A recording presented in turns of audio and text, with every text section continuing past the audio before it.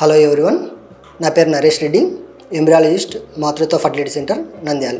మనం ఈరోజు సెమెనాలిసిస్ గురించి తెలుసుకుందాం. వీర్యకణాల పరీక్ష అనేది ఫస్ట్ పేషెంట్ వచ్చినప్పుడు మేల్ పేషెంట్కి డాక్టర్ గారు సజెస్ట్ చేస్తారు. ఈ సజెస్ట్ చేసిన పేషెంట్ మా దగ్గరికి వచ్చేస్తే మేము కొన్ని డీటెయిల్స్ అనేది తీసుకుంటాం. పేషెంట్ నేమ్ అండ్ ఏజ్, అతని గ్యాప్ అంటే patient husband and wife last 48 hours నుంచి 7 days మధ్యలో గ్యాప్ అనేది ఉండాలి. పేషెంట్ మినిమం 24 hours కన్నా ముందు ఆల్కహాల్ అనేది తీసుకోకూడదు. అలానే ఏమైనా ఫీవర్ ఏమైనా ఉందా అన్ని డీటెయిల్స్ తెలుసుకున్న తర్వాత పేషెంట్ని శాంపిల్ కలెక్షన్కి పంపిస్తాం. శాంపిల్ కలెక్షన్ అయిన తర్వాత లిక్విఫై అయిన తర్వాత శాంపిల్ టెస్ట్ చేయడం అనేది స్టార్ట్ చేస్తాం. ఈ టెస్ట్లో ముందుగా వాల్యూమ్ అనేది చెక్ చేస్తాం.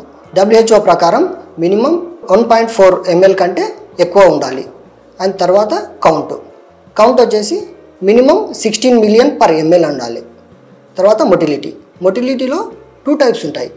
Progressive motility, non progressive motility, immotiles ఉంటాయి.